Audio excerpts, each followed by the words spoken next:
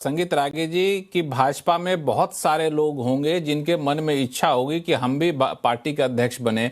बहुत सारे लोग होंगे जो पार्टी के अध्यक्ष पद के दावेदार भी होंगे, उसके लायक भी होंगे, लेकिन बनना तो एक व्यक्ति को है ना। और दूसरी चीज, हाईकमान होना नहीं होना। आप चूंकि राजनीति शास्त्र के प्रोफेसर हैं, आपको मैं भी राजनीति शास्त्र पढ़ा हूं थोड़ा बहुत ग्रेजुएशन में, तो एक पब्लिक एडमिनिस्ट्रेशन सब्जेक्ट होता था, उसमें ऑर्गेनाइजेशनल थ्योरी होता था, उसमें कि हर संगठन का एक मुखिया तो होगा। अगर मुखिया नहीं होगा तो फिर लोकतंत्र और भीड़ तंत्र में अंतर कैसे आप कर पाएंगे? आशुतोष जी, अगर कोई हाईकमान है तो इसमें दिक्कत क्या है?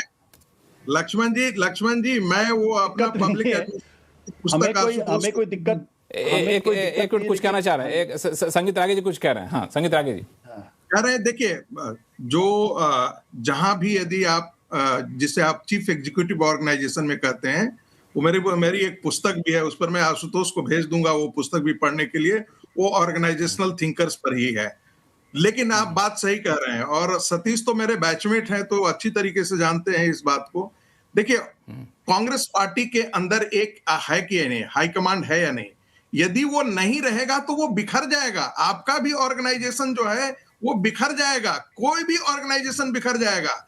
इसलिए जिसे हम कहते हैं ना, आयरन लॉ ऑफ ओलिगार्की वाकई काम करती है। मैं इसमें कोई दो राय नहीं है। एक है जहां पर सत्ता का केंद्रीयकरण होता है। लेकिन ये कह देना कि उसके आधार पर बाद में संगठन में बातचीत नहीं होती है, या भारतीय जनता पार्टी में जिसे हम कहते हैं कि भाई सबकी बात राय मान करके निर्णय तो एक ही जगह होगा ना, वो एक ही कोई करेगा ना। लेकिन सबसे बातचीत इसमें गलत क्या है? बिल्कुल गलत नहीं है। देखिए, मुझे नहीं मालूम था कि कांग्रेस पार्टी में एक नेता थे जिनका नाम था देवकांत बरुआ। भारतीय जनता पार्टी में तो हर जगह मैं अब देवकांत बरुआ को ही देखता हूं। हर चीज को सिर्फ जस्टिफाई करना है, हर चीज को सही साबित करना है तो करिए, उसमें कोई यही चीज तो इंदिरा गांधी के कांग्रेस पार्टी में हुआ था ना। एग्जैक्टली यही हुआ। जब आप पार्टी के अंदर तेज तर्रार और जो मेरिट वाले लोग हैं, जब आप उनको दरकिनार करते हो, किसी भी संगठन में जब आप दरकिनार करते हैं तो फिर क्या हर्ष होता है उस संगठन के। कांग्रेस को देख के लोगों को समझना चाहिए। भारतीय जनता पार्टी की आज की दिक्कत यह है कि जब अटल बिहारी वाजपेयी और आडवाणी थे, तो वहां कम से कम केंद्र के स्तर पर 5-7 ऐसे प्रखर नेता थे जिनमें से कोई भी पार्टी की कमान संभाल सकता था, जिनके बारे में कोई सवाल खड़ा नहीं होता था। हर राज्य के अंदर कम से कम 2 ऐसे प्रखर नेता थे जिनके बल पे पार्टी वहां खड़ी हो सकती थी। आज मैं कम से कम यह कह सकता हूं कि हर राज्य के अंदर भारतीय जनता पार्टी के ऐसे अननोन फेसेस हैं जो मुख्यमंत्री बनने के बाद भी अपने आप को स्थापित नहीं कर पाए।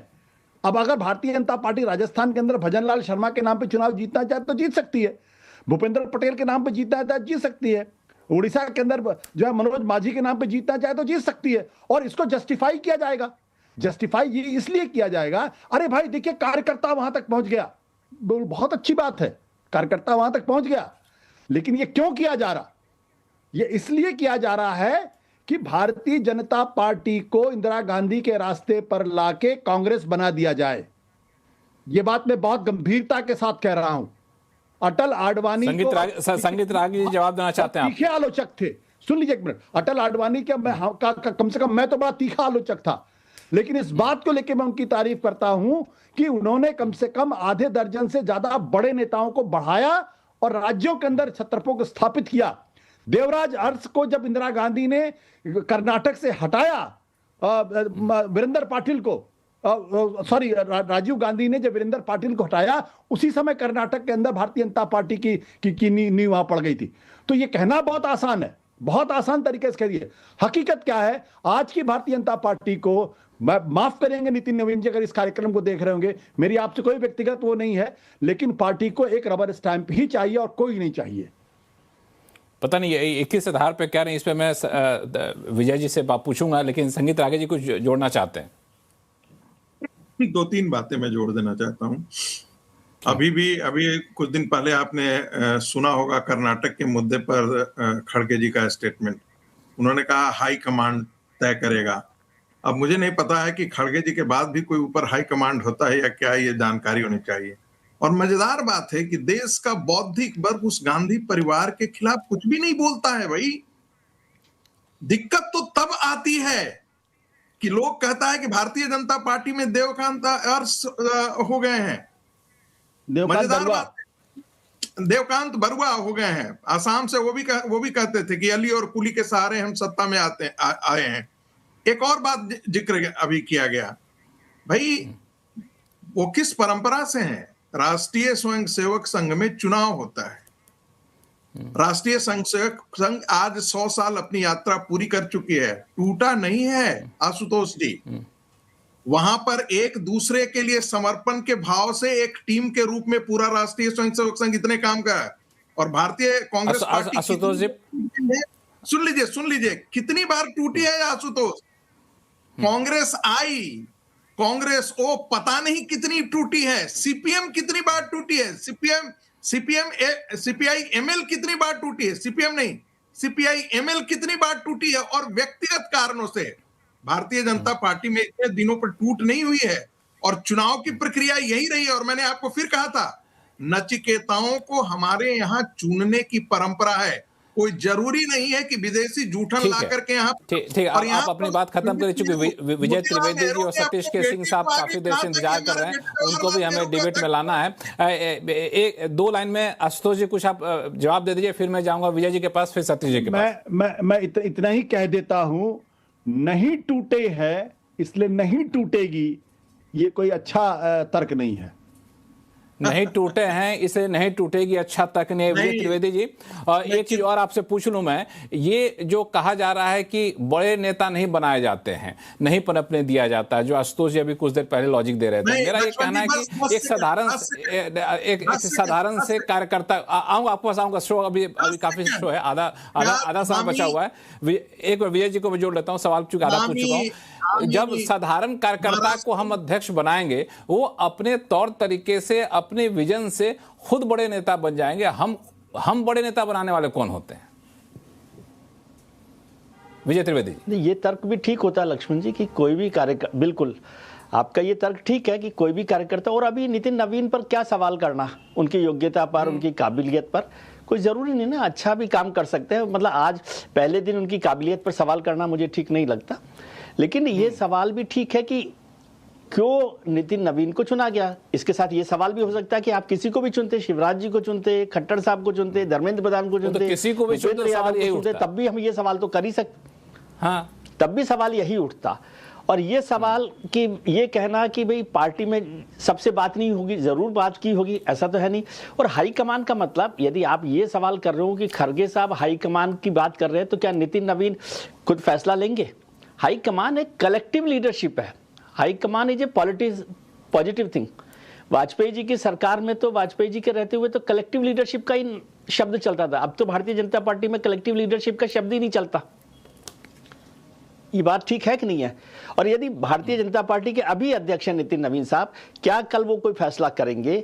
क्या नड्डा साहब जब 6 साल तक अध्यक्ष रहे थे, तो क्या वो अकेले फैसला करते थे?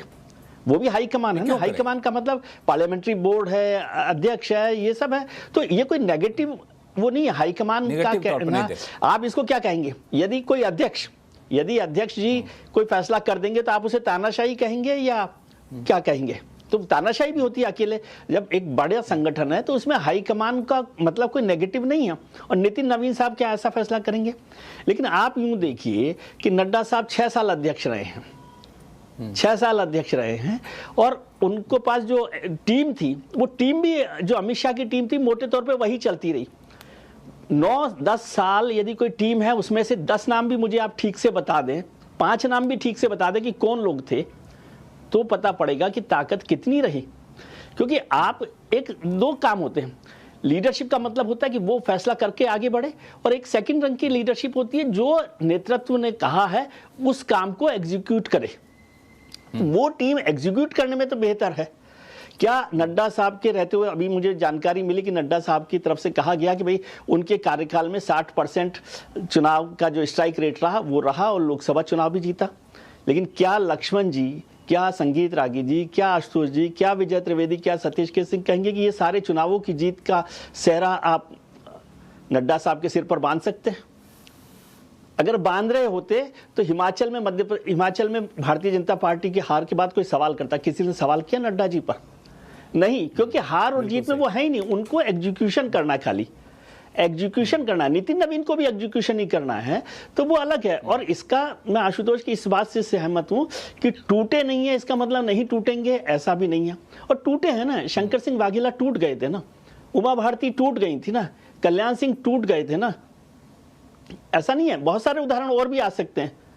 भैरव सिंह शेखावत भी टूट गए थे, यदि याद हो आपको, राष्ट्रपति चुनाव को लेकर। तो जो मजबूत लोग थे, लेकिन शंकर सिंह वाघेला मजबूत नेता हैं, वो टूट सकते हैं। उमा भारती मजबूत नेता, वो टूट सकती हैं। कल्याण सिंह मजबूत नेता हैं, वो टूट सकते हैं। और जब ये बात होती है कि पार्टी में सबसे बात हुई है, तो क्या कोई ये गारंटी दे सकता है, लक्ष्मण जी मुझे ये गारंटी दे सकते हैं कि उन लोगों ने की सबकी सहमति थी?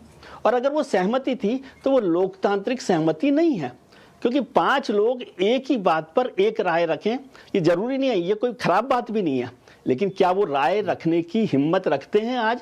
ये भारतीय जनता पार्टी के लोकतंत्र के लिए सवाल है। और ये इंदिरा गांधी की जो समय है उसके साथ बिल्कुल जुड़ता है।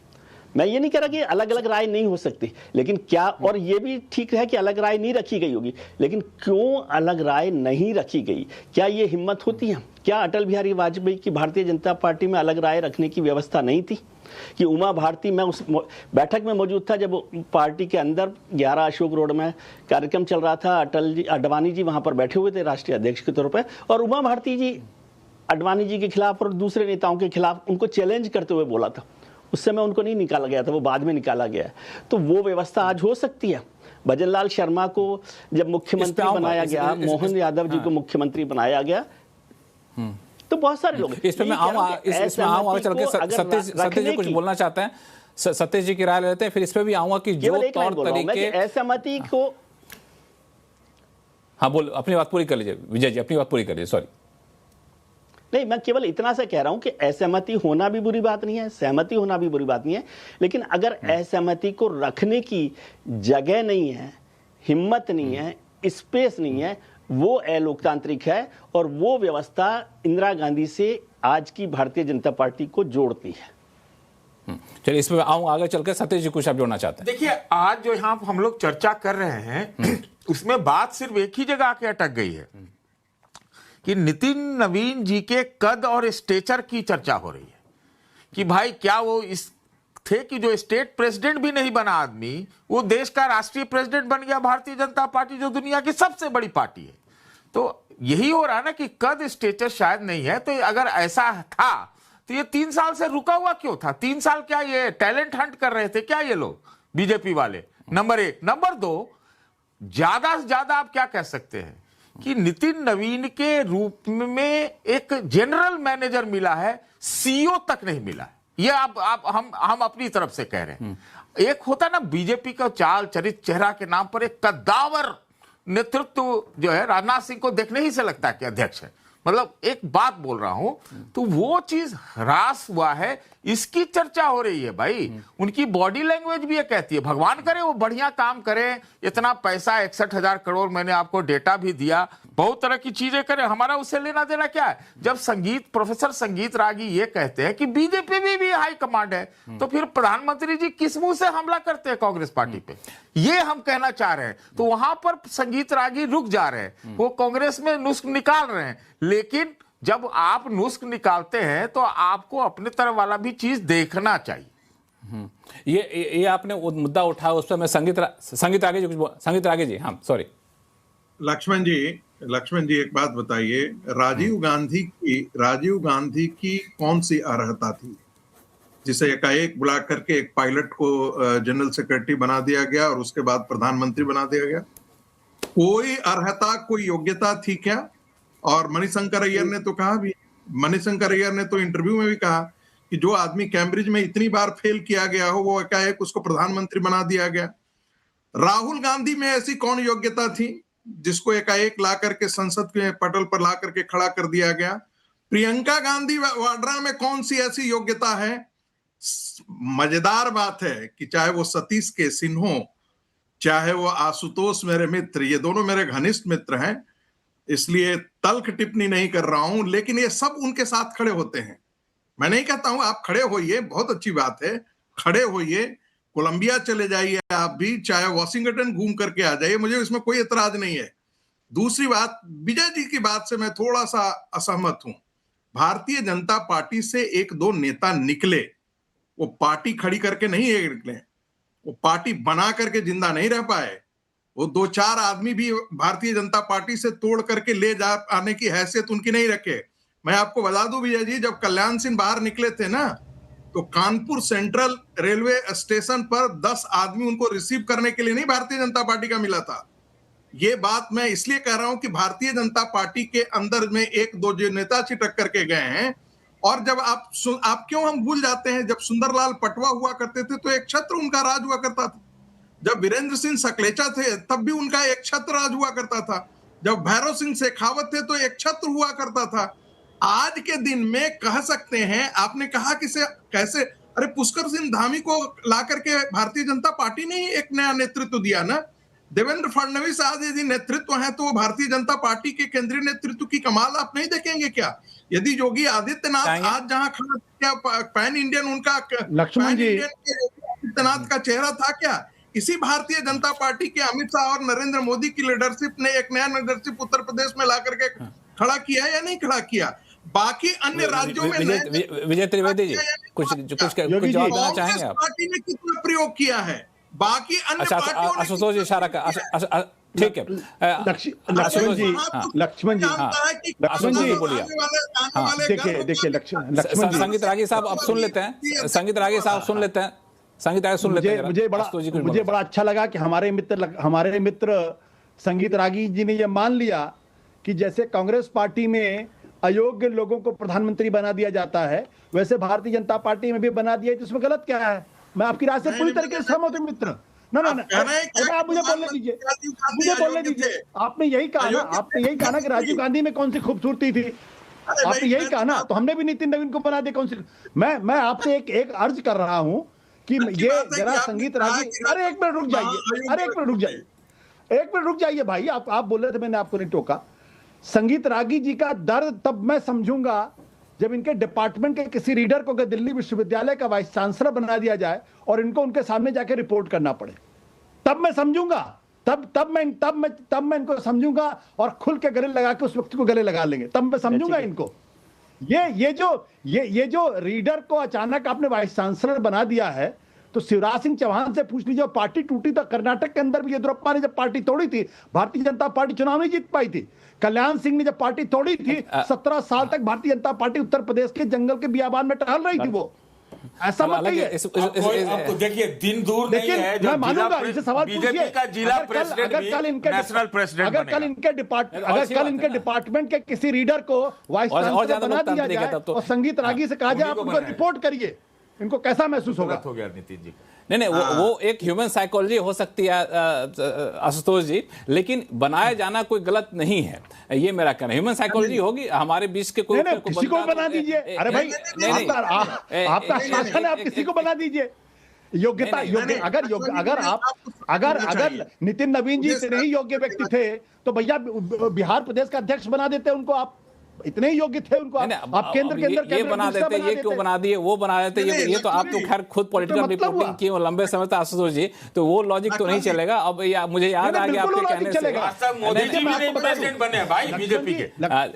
लक्ष्मण जी एक बात समझिए, कांग्रेस पार्टी ऐसा करता मैं एक ब्रेक ले लेता हूं। ब्रेक के बाद विजय त्रिवेदी जी ने जो बात कही थी उस पर मैं थोड़ा चर्चा आप लोग से करना चाहूंगा कि जिन नक्शे कदम पे पिछले भाजपा के अध्यक्षों ने चला, क्या उन्हीं नक्शे कदम पे चलेंगे या फिर ये कुछ नया कर पाएंगे? चूंकि चुनौतियां नहीं है, इस